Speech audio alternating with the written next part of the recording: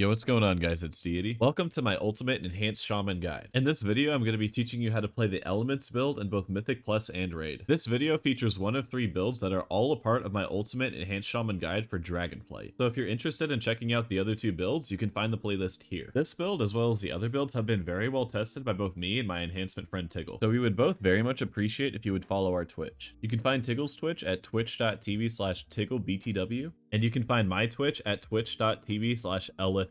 I also have a Discord server. In this Discord, you can find my weak auras, as well as receive any updates regarding builds or changes to Enhancement Shaman. There's a lot of useful information that can be found there for new, returning, or experienced Enhancement Shamans. So feel free to utilize this to your own benefit. I'll have a link to my Discord in the description below. This video is going to be split up into 2 segments. The first segment will cover this build and rotation in Mythic Plus, and the second build will cover this build and rotation in Raid. I'll have timestamps set up so you can find what you need quickly and easily. With that out of the way, let's discuss the pros and cons to running this build. One of the pros to running this build is that it has the highest consistent single target damage, beating both the Fire and Wind Fury build in terms of consistency. This build is also the strongest of the 3 builds in 1 to 6 target scenarios. This build also contains the highest amount of burst AoE damage out of the 3 builds. One of the main cons with this build is that it is very difficult to play, because it has the most buttons and buffs to manage out of all 3 builds. Another con to this build is that this build's value decreases as the target count increases. This is because the AoE capabilities is truly capped at 6 targets. That being said, let's get into the talents that make this build strong. For the Elements build in Mythic Plus, this is the setup you want to run. On the left side in the class tree, the 3 important talents you want to take are Lava Burst, Improved Lightning Bolt, and Flurry. Everything else is pretty much up to preference. Moving on to the enhancement tree, the talent setup is very similar to the Fire Nova build. So if you're already familiar with playing the Fire Nova build, you'll have no problem learning this one. The main takeaway is that you're going to go along the right side for the Lava Lash related talents. All of these talents, except for Hailstorm, buff your Lava Lash in some way, and also allow you to spread and refresh your Flame Shock duration. What separates this build from the Fire build are these 2 talents right here, Hailstorm and Ice Strike. Hailstorm causes our Maelstrom weapon to buff our Frost Shock damage and the amount of enemies it can hit per Maelstrom weapon spent. However, the target cap is limited to 5 targets. Ice Strike is a Frost ability that will generate 1 Maelstrom weapon on use and also cause your next Frost Shock to deal 100% increased damage. This talent synergizes extremely well with Hailstorm. Next, you want to take Swirling Maelstrom, which will cause your Hailstorm to give 1 Maelstrom per enemy hit by Frost Shock. Next, you want to take all of the Maelstrom related talents as well as Sundering and Crash Lightning. The Maelstrom talents allow our Maelstrom spenders to hit harder and remove a lot of Maelstrom bloat that we have in our class. And both Crash Lightning and Sundering are very good filler abilities that deal AoE damage. From here, we want to branch off and take Elemental Blast. Casting Elemental Blast will do a significant amount of damage to your target, and we'll also have 2 charges of it because we took the Lava Burst talent in the class tree earlier. This ability is where a majority of our single target damage is going to come from. Next, we want to take Elemental Weapons to increase our elemental damage by 10%. Next, we want to take Crashing Storms to increase our Crash Lightning damage as well as allow our Chain Lightning to hit additional targets. Next, you want to take the 3 talents down the middle,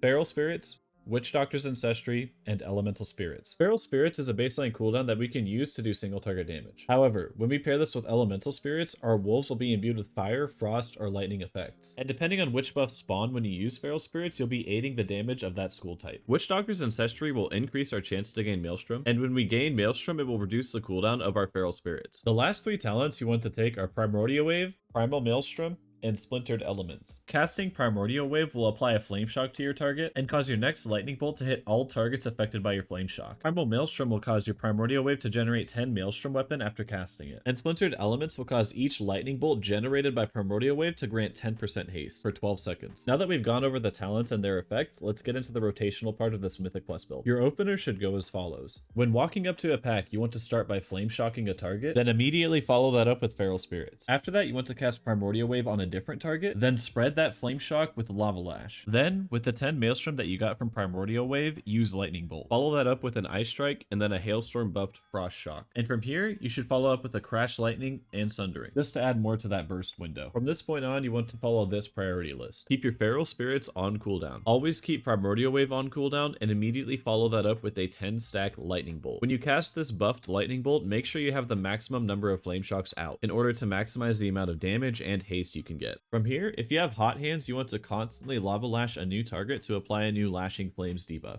This will make the flame shock ticks on each individual target that you apply it to hit harder. If you cap on Maelstrom, use Chain Lightning. Whenever you spend Maelstrom, you want to follow up with Ice Strike, and if you don't have Ice Strike, then you want to use the Hailstorm buffed Frost Shock. From here on out, to keep the AoE rolling, you want to use Sundering and then Crash Lightning. If all of these abilities are on cooldown, use Storm Strike, and if Storm Strike is on cooldown and you happen to have 5 or more stacks, use it on Chain Lightning. Your very last GCD, if you're out of everything else, should be Flame Shock. I also want to point out that if you're fighting a pack of 3 mobs or less, you want to prio using Elemental Blast over Chain Lightning. If you execute playing this build properly, your overall damage should have Frost Shock at the top, followed by Lightning Bolt, Flame Shock, and Lava Lash. It doesn't have to be in that exact order, as long as Frost Shock is at the top. A tip I have for playing this build is to always hold your Ice Strike buff for Hailstorm, but never hold Hailstorm for Ice Strike. What this means is that if you have the Hailstorm buff active and Frost Shock is up, go ahead and cast it. However, if you have the Ice Strike buff active, do not cast Frost Shock unless you also have Hailstorm. Otherwise, you're giving 100% damage to a singular Frost Shock. Now let's get into the raid talents. For raid, you should be running this talent setup. The only difference is that you're talenting out of Swirling Maelstrom and instead taking Wind Fury Totem. Now in reality, Enhancement Shaman gets very little benefit from Wind Fury Totem. However, other melee classes greatly benefit from us taking it. Classes like Rogues, Demon Hunters, and Warriors love Wind Fury Totem, and it benefits their DPS greatly, so it's very worth for us to take in raid. If you want to see what the rest of the talents do, you can go back to the Mythic Plus talent setup in this video, and I talk about everything there. Now let's move on to the opener and rotation for raid. To start, you want to make sure your Wind Fury Totem is down. Then engage the boss with Feral Spirits, followed by Primordial Wave and a 10-stack Lightning Bolt. From here, you want to cast Lava Lash into an Ice Strike, then a Frost Shock. From here on out, you want to follow this priority list. Always keep Feral Spirits and Primordial Wave on cooldown. Whenever you cast Primordial Wave, always follow it up with a 10-stack Lightning Bolt. From here, if you ever cap on Maelstrom weapon, always prioritize spending it on Elemental Blast. If you don't happen to have Elemental Blast off cooldown, then use Lightning Bolt instead. From here, if you have Hot Hands, your main priority is to get Lava Lash on cooldown as much as possible. During Hot Hands, you want to try your best to weave in an Ice Strike and Frost Shock in between your Lava Lash GCDs. If Hot Hands isn't active, then just use Ice Strike followed by a Frost Shock. Follow the priority list by casting Sundering. If none of the abilities that were previously mentioned are up, then use Storm Strike, then Crash Lightning. If all of that is on cooldown, you want to use whatever Maelstrom you have left on an Elemental Blast. And if nothing else is truly available to you, then just use Flame Shock. If for some reason your Flame Shock isn't active, prioritize getting that over everything else. If you have Feral Spirits active, Elemental Blast at 5 stacks becomes higher priority than Ice Strike. This is because Elemental Spirits greatly affects the damage that Elemental Blast can do. The stat priority for this build should be Haste and then Mastery. Above all else though, try to get as many item levels as possible, as that is the most direct way that you can increase your damage. And that'll conclude this video. Thank you guys so much for watching. I wanted to apologize for not having this video out as soon as I had wanted, and I know a lot of you have been very patiently waiting for this video. So I'm very thankful for your patience, and I hope you guys enjoy the build. So for those of you who are not aware, both I and Tiggle raid in a guild called Imperative. And the day after this video is uploaded, we will be competing in Race to World First. Both of us will be streaming the event, so if you're at all interested in wanting to watch Outlaw Road gameplay from me or Enhancement gameplay from Tiggle, then please feel free to stop by our Twitch. Again, my Twitch is twitch.tv/lfdeity, and Tiggle's Twitch is twitch.tv/tigglebtw. Thank you guys again for all of your support.